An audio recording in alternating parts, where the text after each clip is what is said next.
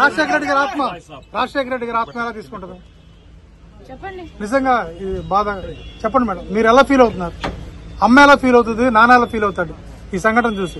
ఆయన ఆత్మ శోభిస్తూనే ఉంటది, అమ్మ కూడా బాధపడతారు. ఈరోజు రాజశేఖర రెడ్డి బిడ్డ పోరాటం చేస్తుందంటే ఎందుకోసం చేస్తుంది? ఆంధ్ర రాష్ట్రంలో బిడ్డలకు ఉద్యోగాలు రావట్లేదని పోరాటం చేస్తే కనీసం సెక్రటేరియట్ లో రిప్రజెంటేషన్ ఇవ్వడానికి కూడా ఈరోజు హక్కు లేదు, మాట్లాడడానికి స్వేచ్ఛ లేదు, జర్నలిస్ట్ రాయాలన్నా కొట్లాడాలన్నా స్వేచ్ఛ లేదు.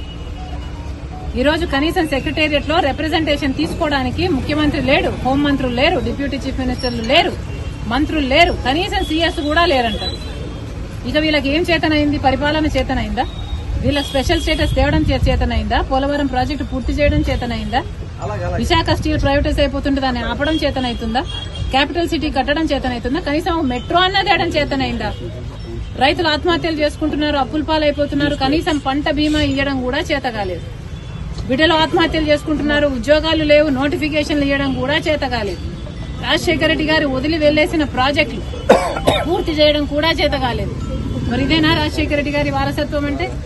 ఆలోచన చేయాలి. ప్రజల కోసం కొట్లాడుతున్నాం మేము ఈ రోజు కనీసం కనికరం లేకుండా, మహిళలను చూడకుండా రాత్రి నన్ను పార్టీ ఆఫీస్ లోనే ఉండేటట్టు చేశారు.